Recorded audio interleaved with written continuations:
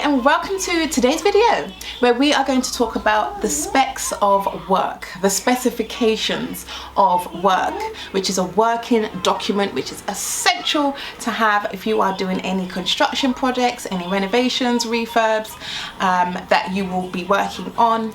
Absolutely essential. So we are going to get straight into it where we talk about everything you need to know to ensure that you include everything to minimize as much as possible any ambiguity or any mistake. Firstly, I want to talk about what are specifications relative to construction, because there's different types of specifications, but this one's very relative to construction. So specifications in construction are professionally written descriptions that list and quantify the details of all aspects within a construction project. The descriptions will outline all the works from start to finish and include all details such as like sizes, the actual material, the way you want it laid, and just all those little minor things that can be overlooked when the project's ongoing. So as much detail as possible really makes a good specification of works so that the builder's not left to any of his own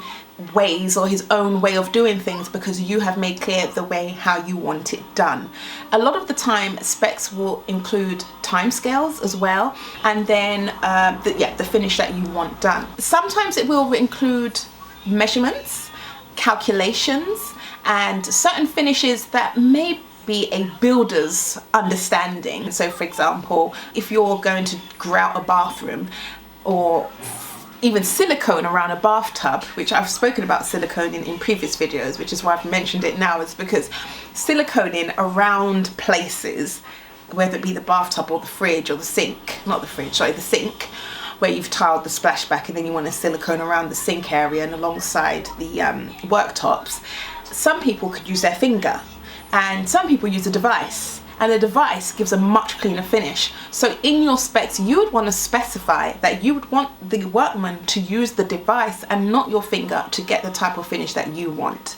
And in certain specs, if you are really detailed, you can also have a picture of the type of finish that you want, so there's no room for ambiguity. Like I said, I think the most detail that you have really makes the specification easy to understand and easy to follow for any builder. And also for the builder, it creates an expectation, so he knows that you know what you want, the idea of the type of, no, not even idea, the exact finish that you're looking for, and also a guide in timeline. So these things are very important. Just to go over that, the key things that are included in the specifications of works are the scope of work, the materials required for use in the project, the timeline and the important project milestones, the method of installation, the quality of workmanship, the testing requirements, and national and state safety standards, which I never actually included that, but that is important as well. So if you need fire doors, you need to be very clear you need fire doors,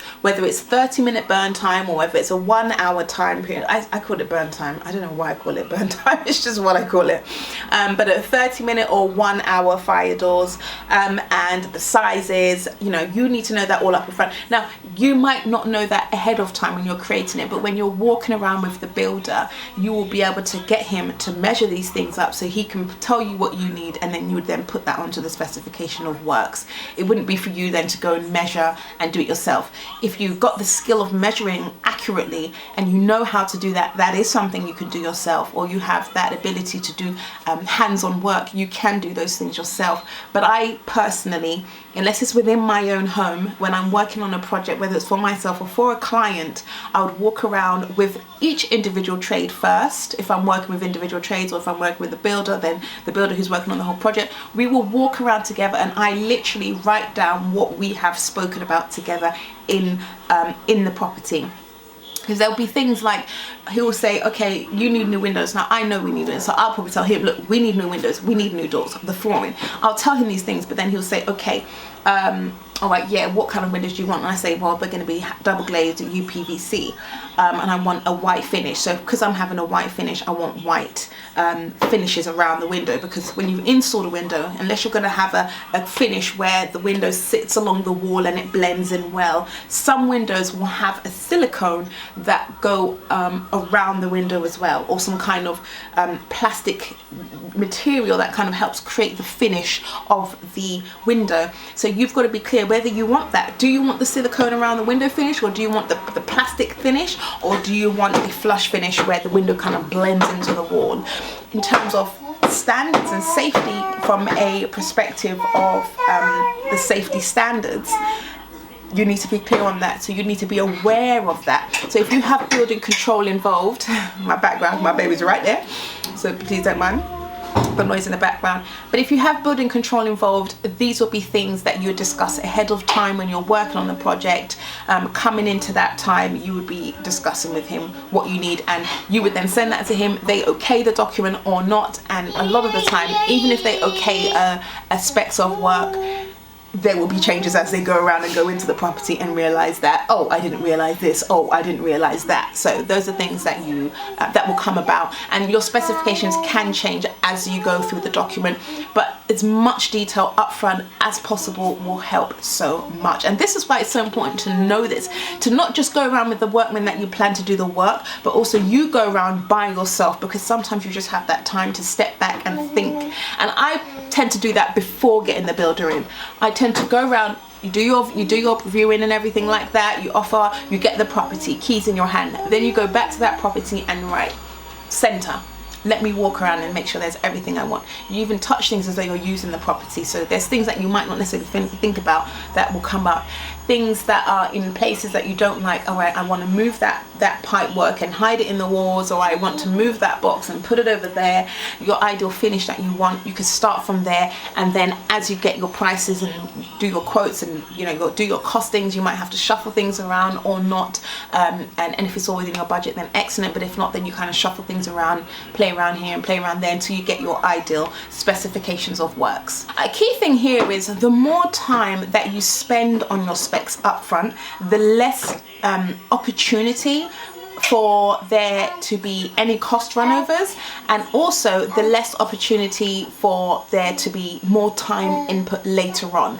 So your builder's not calling you saying, oh, I forgot to ask you, what color silicone did you want again, because you said grey grout but we never said the silicone, or oh, what kind of flooring did you say? You said underlay but you never specified what type of underlay. So just getting those details done as much as upfront as much as possible really helps when it comes to just working on the document and moving forward. Which reminds me, I'm literally about to start a renovation, and that's why I'm doing this video, because it made me think, well, do you know what, creating specs it's not necessarily hard, but it takes so much thinking about. And even here on myself, I just realized I never mentioned underlay. So let's put underlay. Underlay, we're going to go for the thin style underlay, which is about, I think that's probably about 5 mil, or is it 10 mil underlay? 10 mil underlay. So these are things that you have to think about again, because now my builder would have to call me and say, oh, I've got the flooring but we don't have the underlay, and I think, oh my god, we've got to get the underlay. Okay, so but a good workman will tell you these things up front. It's like even things like screws can easily be overlooked. The type of screws that you need to install a certain maybe fence, that would be something that you would then purchase and get for the workman. If that's the style that you're doing it, it might not be that you do it that style, and therefore you don't need to know what screws you need to buy. So it all does depend on whether you are working with the trade man and you're buying the materials and you're just paying for his labor, or whether you're buying the labor and materials, well, he's supplying the materials and you're paying for his labor all in one go, rather than in you doing one and him doing the other. So that's helpful to know. But if you are doing some of it yourself, knowing the screw sizes, essential. Now we're going to spend some time looking at the specification of works and looking at the detail around these things and what is included and what is not included. Let's change over.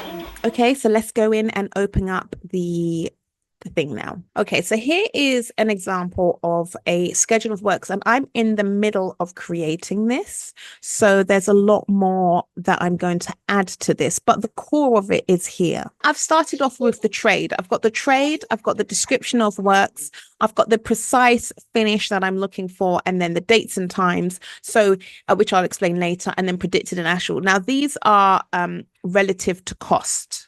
These two squares here, and so relative to cost, that's going to have the cost in here. Not all sheets would have cost. The reason I'm going to put cost on mine is because I want it on there. And again, like I said, because it forms part of a contract, for me, I want to have everything working together, so everything is in one place. All tradesmen will have this, so they will still know what the carpenter's doing and what other people are doing, which is quite important. So let's look at this in more detail. We've got the trade, which is flooring. I've put flooring at the top, which is actually the last thing that goes in. So I am going to reorganize this and start off with the first trades that will actually be going in, which will be the carpenter. The carpenter will be first in, the plumber and the electrician. All of them will be starting around the exact same time. So we'll have them come in because I need to take out the kitchen units. I'm going to first of all have a strip out, and then you kind of put things back in. I'm going to put order of works as well, because that will help me do things. So that would be number 7. Number 1 will be plumbing. Electrics will be number 2. Carpenter number 3, and so forth. So the strip out initially is tradesmen going in and stripping out their area of works. So I am going to have the electrician come in and start the electrics, do his testing. I'm going to have the plumber come in and start taking out the bathroom. And I'm also going to have the carpenter come in and start removing the kitchen, because they are going to work on top of each other. And the reason I like them all there at the same time is because people, so if one, and then say, for example, the electrician might notice that there's a bit of woodwork that might need doing to box in a certain area, then the carpenter's there and they will correspond together to say, okay, can you do this? Okay, you do that. And then everything can get done. So there's those little areas that you don't necessarily think about, which will still happen. Even if you're walking around and doing all that upfront work, I said, it can still happen that there's something that you might have not thought about. Having them there together, they can do that. And it's nice because some tradesmen have a decency about themselves. So they care if a naval workman can see that they're not doing well or not performing well. So if you have 2 workmen there and the other one's kind of not performing, the other one would either point it out and highlight it, or the other one would just simply say, listen, I don't know about this guy. Or you might say, yo, this guy's quite good. So it's nice to have those commentary. And the guy himself might actually care that someone is there to see his work and judge his work. So let me perform well. It's just a thing that happens. So looking at this, going into detail, starting at number 1, plumbing, one of the major things that are required in works. Here I put remove the old 3-piece suite. So remove the bathroom suite that's already there. Install 3 new pieces, 3 pieces in a new layout. The layout with a shower over the bath, which means that's clear that you're going to have one of those things with the shower going over the bath. Here I could go into further detail and say plumb in shower, no electric showers. And that specifies, that just removes any ambiguity, because the first thing I saw when I see that is, oh, what kind of shower is it going to be? Hide existing pipework in kitchen area. So that in the area currently, there's this big major pipe that comes out of the wall. It looks so ugly and it needs to be removed and put away. Now, if the island does not cover that pipework, then we need to hide it. And I've put that there. If the island doesn't cover it, that existing pipework will need to be there. Now, this is why I want the carpenter there, because the carpenter will be now putting this island somewhere and we will be all deciding together where it's going to go. So if it's going to go where it doesn't hide the pipework, then the plumber's already there to say, okay, yeah, I can move that for you. So these things are really essential. I'm going to tell you something. Don't judge me, but I'm getting a secondhand kitchen off of Facebook, honey. We are not going to Howdens for this. And the reason why I'm doing this is because we have a tight margin to operate within. So therefore, the refurb has to come in within a certain budget. And there's quite a bit of work here for that budget. So it's essential that we are using secondhand goods where possible. And if anyone knows anything about Facebook, which I think I'll do a whole nother post about, a whole nother video about, because Facebook is the one. And I get everything off of Facebook, and then I get it pat tested, and then I put it in my properties, honey. That is how you do it. And I love it because my husband's so on board with it. My clients are all on board with it. I'm working with people who like that way of doing things. And it's within my comfort. I think if I'm doing higher end properties, then we would never do this. Or we would, because I see some high end stuff on there too. So it depends whether or not you have what your budget's saying. It's your budget would determine where you're buying stuff, you see? And then some of the stuff is to jet through the foul drainage system just to make sure that there's no blockages, because the house has been vacant for a very long time. You don't want to go in there, forget to do that, and then people move in, start flushing toilets, and it's getting backed up all into your brand new bathroom on the flooring and just creating a mess. Oh my God, don't want that. So these are the type of things that you'll be doing, but writing down on the spreadsheet to do. And again, silicone around bath, neat finish, do not use finger, color to be confirmed. Honey. Carpenter, install new kitchen with island, kitchen unit and island to be provided. Okay, tighten the loose, that says loss. Don't mind my spelling mistakes, honey. Loose. So I'm not going to go through this in total detail, but do you understand where I'm going with this? You're writing down, there's things in here because I work with my son on my lap. So he's been fifth step. That's supposed to be the fifth step up. There's certain element of works on here that will be performed and it's detailed. So you get an idea of what type of thing you would write. Okay, from the description. Now I'm working on this side, which is where I got the idea from the video. That's why it's not finished. This whole area now will have a list of what will be required. And if when I eventually finish this and then I walk around with the plumber, I haven't walked around with no tradesman yet. I want you to keep that in mind. This is all off of me and what I've decided to do. So working with the workmen now, when I get each of these individual tradesmen in, I will then get this sheet up on my laptop that I'm on right now, whip that bad boy out and say, right, Tyler, kitchen backsplash grey green with light grey ground. Yep. Any questions? No. Straightforward. Bathroom tile, free walls, same color tiles, grain shade. Any questions? No.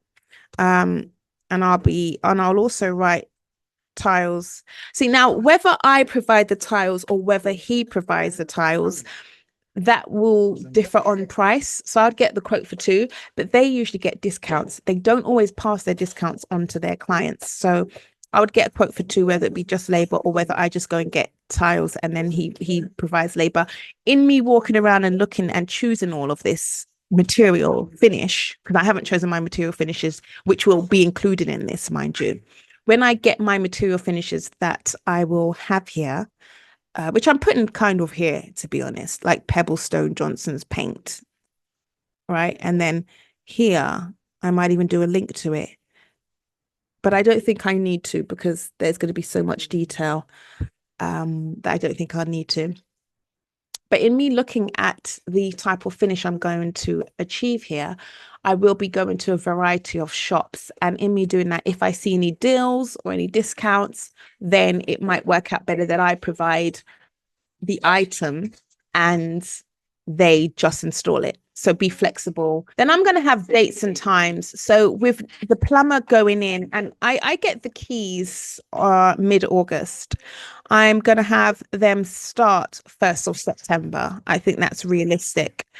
So 1st of September will be the starting date. And I expect the plumber's work to take him at least 3 weeks, maybe even less. But if I allow for 3 weeks, then that way there's no room for any mistake. Now the plumber will be the same. Well, that is the plumber, sorry, electrician.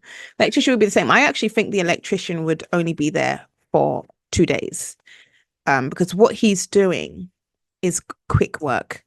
So I'm just going to put 1 week. And then so forth. So this is what you'll be filling in. And it gives you a guide, because when you then create your schedule of works, which these are my specifications, but I create a schedule of works, which which is this, but then it then has even further detail, which I will show you as I've created it. I'll also probably come back and maybe show you the finished one of this in that video as well. So if you want to see that, check it out. Otherwise, that's pretty much it.